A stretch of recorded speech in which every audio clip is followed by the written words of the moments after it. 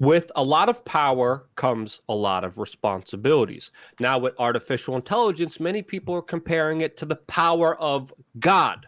What do you do with that? Well, if you criticize it at Google, allegedly, according to these employees, you will be reprimanded, demoted, and, of course, punished by the MAGA technocratic monopoly corporation that, of course, is working on the forefront of artificial intelligence, which leads us to this next article by Vox that is titled, Google Employees Say the Company is Punishing Them for Their Activism. Another article here by Wired, Google walkout organizers say that they're facing retaliation. And Jason, a lot of this kind of correlates with a lot of strong aggressive actions by Google. But according to these mainly two people who have reached out to the media, they're saying that they were part of an artificial intelligence research committee.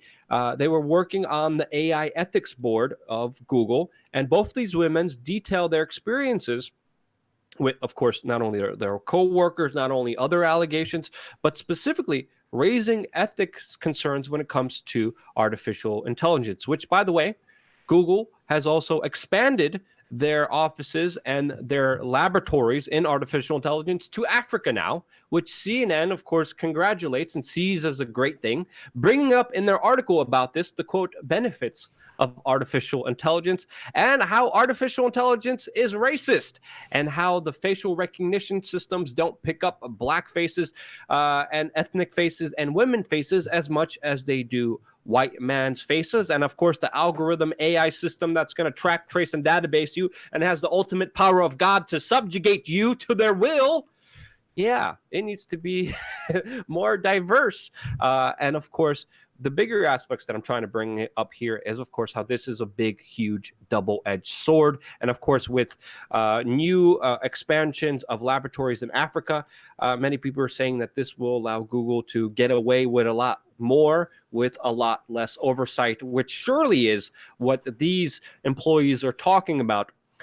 Especially detailing the disbanding of this AI committee board, as well as them being punished for it. What's your take on it? What's your take on this kind of double-edged kind of argument here? Because it does look correlated that this AI ethics board being brought down and this Africa thing being brought together. I do believe that there could be some correlation here. Jason? Well, I think that when you look at Africa, that's just one of the bases there. But yes, they probably want a less restrictive environment. And as you mentioned before, one of the complaints that people that are using biometric technology for their advantage have is that it is not as good with minorities, with women, and really needs to target that populace more to become more intelligent and better working. So, hey guys, if you're upset about that, I'm sorry you get to be enslaved like all the other people out there with lighter features. But really a lot of that, Luke, has to do with the fact that the cameras are just able to pick up more. You know, a darker complexion is harder for them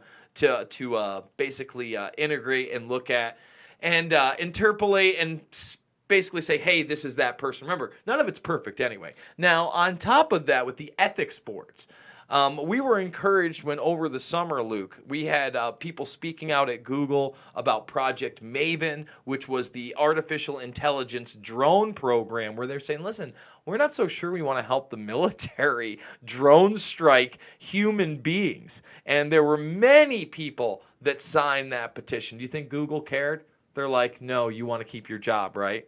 Well, then hush, hush. We're going to keep doing this. It's what's going on. Now, in Project Dragonfly, instead of the United States, the focus there is China and using artificial intelligence to basically subjugate information that may be harmful to the Chinese populace, deemed by the government, the loving people in the government that you love, Luke. And here we can agree that I don't think an authoritarian government should have the right to tell me what I can and cannot see, read, or hear. But yet Google thinks that's okay to do with the government. Guess what? People protested that. It fell on deaf ears. In fact, right now, there's a new artificial intelligence program they're working on called Jedi. And I'm sure there could be nothing harmful from the company that once had the moniker, don't be evil. But somewhere along the way, Luke, they said, you know what? We better get rid of that, Because we're Yeah. pretty damn evil.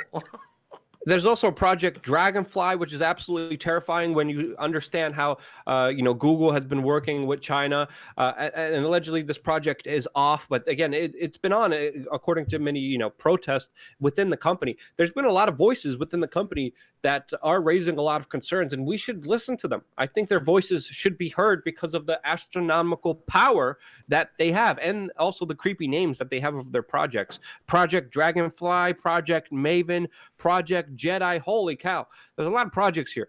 It's all absolutely terrifying. Jason, I also sent you a link right now because artificial intelligence, of course, is quantum computing, but it's also artificial intelligence. It's the new advancement of technology becoming smarter than humans. And one way that it's going to do that is with of course, track tracing, databasing you, recognizing you because of your face, and scanning your information and knowing everything about you. And there's even been a lot of talk about how this is extremely detrimental. CNN, again, oh, there's a lot of pure benefits to it. They're not tracking, people of color as best as they should be. Meanwhile, the ACLU and other organizations are saying that this could be used to target minority groups in a very detrimental fashion, and they're warning about historical incidences of how this would be astronomical and unavoidable. The people who are proposing this said, quote, facial recognition technology could endanger civil rights and civil liberties, substantially outweighing its purported benefits.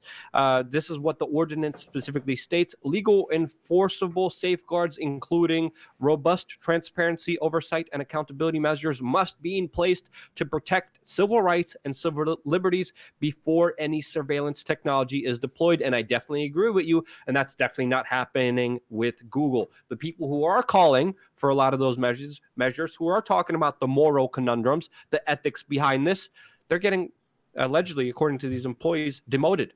They're getting reassigned. They're getting punished for even bringing up these large concerns. And it's interesting to see this ordinance being proposed in San Francisco, of all places, which is pretty much the Silicon Valley of a lot of these larger technocratic companies who work with government, that are developing artificial intelligence. Again, artificial intelligence, godlike power in the hands of private individuals who, again, time and time again, are adverse to even internal criticism, internal critique of their own doings on a moral level. This should scare the crap out of everyone, in my opinion. Jason, do you agree?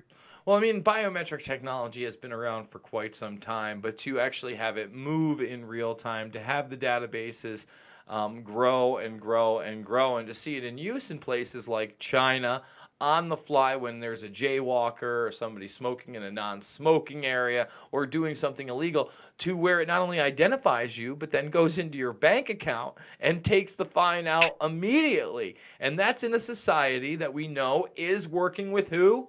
Google. I mean, we just talked about one of their projects. So it is alarming. It is upsetting. And I would hope that more light is shined on this. But like I said, when all those people walked out, when people protested the drone programs, the military AI programs, really nothing was done at the end of the day. And I would hope that these programmers, Luke, just leave their jobs. Go somewhere else.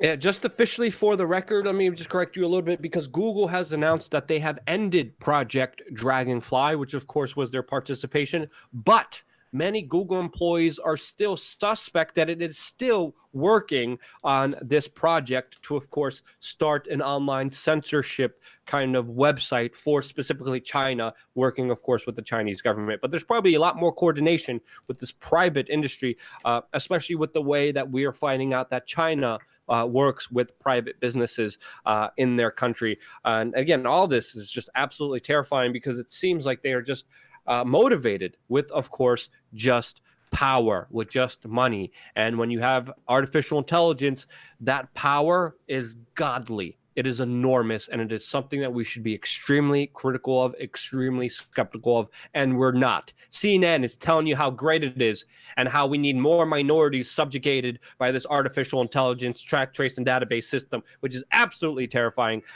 in my opinion. And that's why we are here as an independent voice, telling you, hey, there's alarm bells that need to be raised. We're raising them here, and we're doing that because of mainly your support.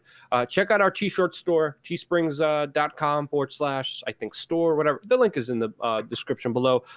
Your support means the world to us and allows us to be free and independent. Anything else you want to say, and do you want to close it off here, Jason? Yeah, I'd just like to say that's a very thinly veiled denial, as The Intercept just reported a few weeks ago that they were actually having a performance review of their Dragonfly censored internet project and browser for China. So, their denials that that's going on are just absolutely ludicrous. I mean, there's more than enough evidence that, of course, they're still working with China, and yes, they are censoring the internet. We are doing 4 videos a day across 2 separate platforms, We Are Change and Pulse Change. If you'd like to be a part of that, all you have to do is subscribe and ring that bell. Maybe even share the videos you like on social media. If you can, go grab a t-shirt over at the Teespring store. Maybe even donate over at the website.